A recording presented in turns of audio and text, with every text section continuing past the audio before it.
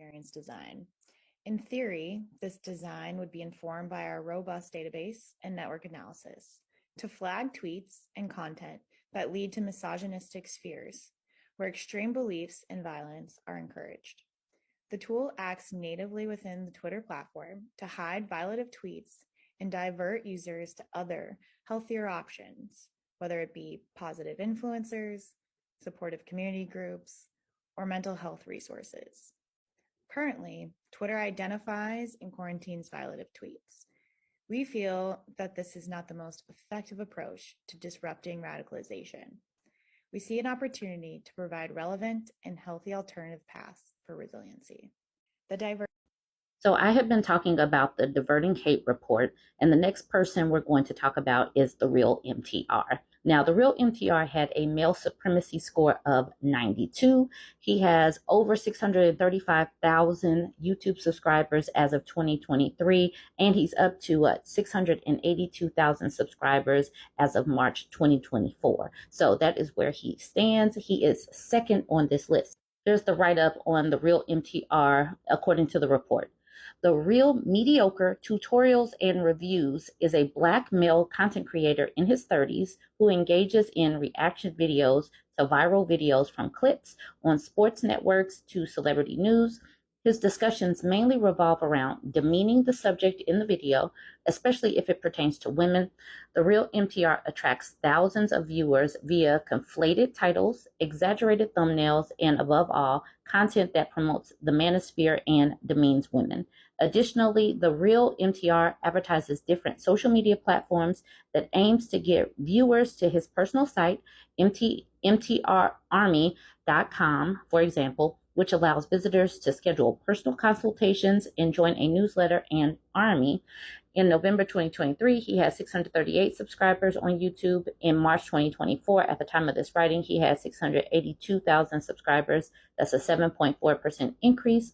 And subscribers suggest that the Real MTR is able to attract viewers through his content and further advertising his following base as an army, further creating a brotherhood and influence in the community. Now, I watched a couple of videos of male content creators talking about MTR, and they were like, these people at the Diverting Hate situation, they got this one wrong. And then they were like, you know, obviously he is regurgitating some of the red pillars talking points, but he's not as bad as being number 2 on this male supremacy scale. Isn't as biased as what this organization is, as these NGOs are. You just never know. All it takes is somebody to not actually review my content, to get past the titles, to get past the thumbnails, and someone who believes that anyone that thinks that anybody who's anti-feminism is a hate mongerer can look at reports like this and I'm gone, demonetized, deleted, what have you. So because of this, I have gone out my way to create a community, a free community, and this will be where the MT Army resides, which will become the best self-development community in the world. We're going to focus on 4 main pillars of growth: your financial fitness, health and wellness, identifying your purpose, and solidifying your masculinity. Much more information on that later, but click on the link down in the description box down. What I want these organizations to understand is that coming across as pro-man doesn't mean that you are anti-woman. I think decades-long brainwashing of anti-male sentiment on the backs of when a patriarchy actually existed is why you are having so much negative consequences on the modern man today.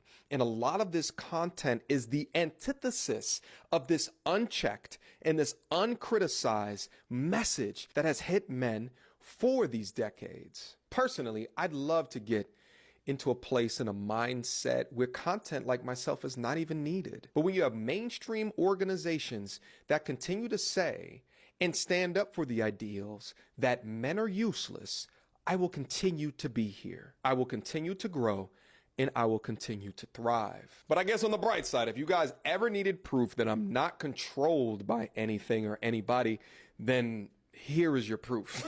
Well, listen, as I exit, shout out to my community. I can't believe it, but looking at the calendar.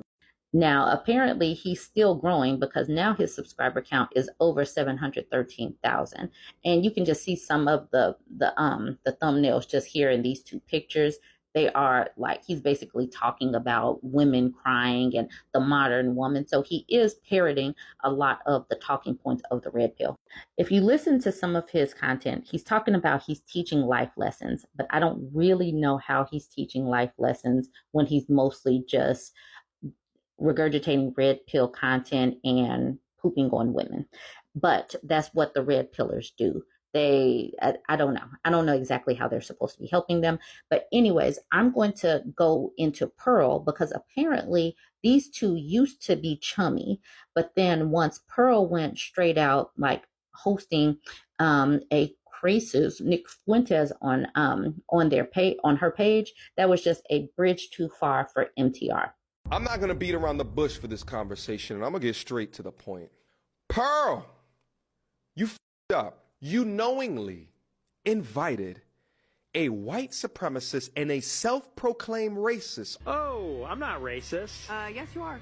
Yeah, I am a little bit racist. Onto a platform which is primarily supported by, at least initially, and produced by black people. This is now my definitive stance. I can no longer support or associate myself with the Just Pearly Things platform.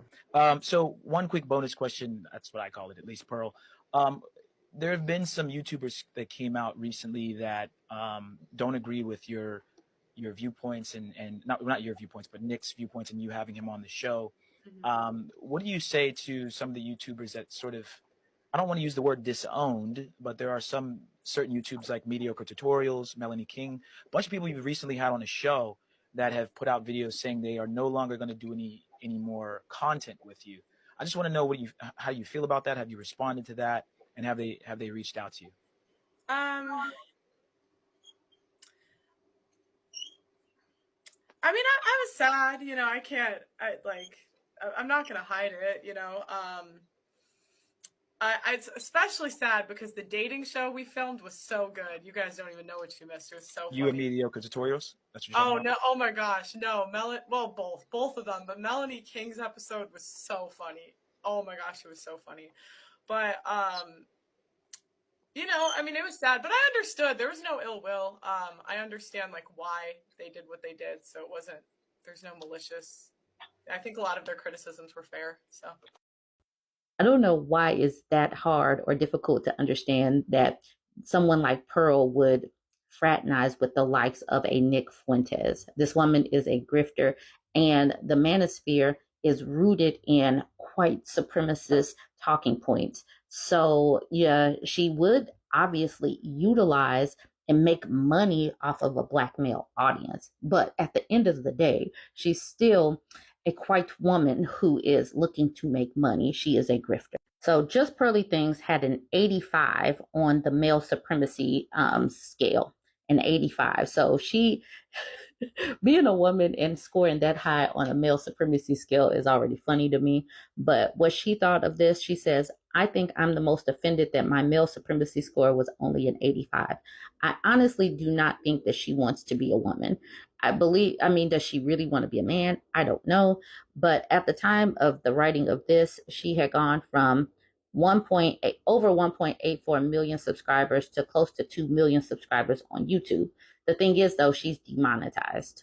Let's talk about her write-up. It says, Just Pearly Things is a channel run by a 27-year-old Hannah Pearl Davis from Chicago who creates anti-feminist content. Davis entrenches herself in conservatism and traditionalism views and refers to herself as an anti-feminist. Davis often describes herself as the female Andrew Tate and frequently flaunts embellished narratives in her videos. She has been known to draw inspiration from the likes of Ben Shapiro and Thomas Stillwell, who are both popular in far-right communities. As of November 2023, Davis's YouTube channel was demonetized. As of the time of writing this, there is no official statement from YouTube. However, speculations suggest she was demonetized for her statements she made on X regarding underage women, coupled with her refusal to take down the video on YouTube that featured minors without permission from their parents. Despite her demonetization, Davis continues to post on her YouTube channel. In November 2023, when she was demonetized and we began to conduct an analysis of her channel, she had 1.84 million subscribers. In March, she had close to 2 million subscribers and continues to garner thousands of views under her videos. Davis's controversial opinions and virulent stance against feminism continue to attract adherents of the manosphere, and for the time being, she continues to post on YouTube and is most likely attempting to appeal her demonetization status. Red pill talking points are just not as popular, and being a grifter, and she seems like more of a shock jock. Like, I look at some of her tweets and it's clearly rage bait. She just wants people to talk back to her, because how are you a woman and you're like, hold up. She says things like, women hit the wall at a certain age, like knocking on 30, you're basically dried up if you're not married. But she's unmarried. She's 27. She's not a petite looking woman that looks like she is going to fit in a traditional role. And she is a woman with an opinion. So I don't even know how she espouses many of these views. Zubia says of Pearl, first it was calling into Kevin Samuels sessions, then after he died, stealing his work, then using sexist hate speech against women, then using whiteboards, now showing charts. Hannah Davis is the new Splinter. We'll just call him Splinter. Hannah Pearl is the new Splinter. Like, some of her titles and her videos are just silly. Not all cheating is created equal. She tends to allow men to slide and give them excuses, but, come down on women for breaking up the home. It's very odd that she is a woman doing this. Like I said, I think most of her tweets are just like rage bait or whatever. She says, what a world we live in where single mothers think they deserve to be provided for. You were supposed to be a virgin at the very least. Bring no other kids.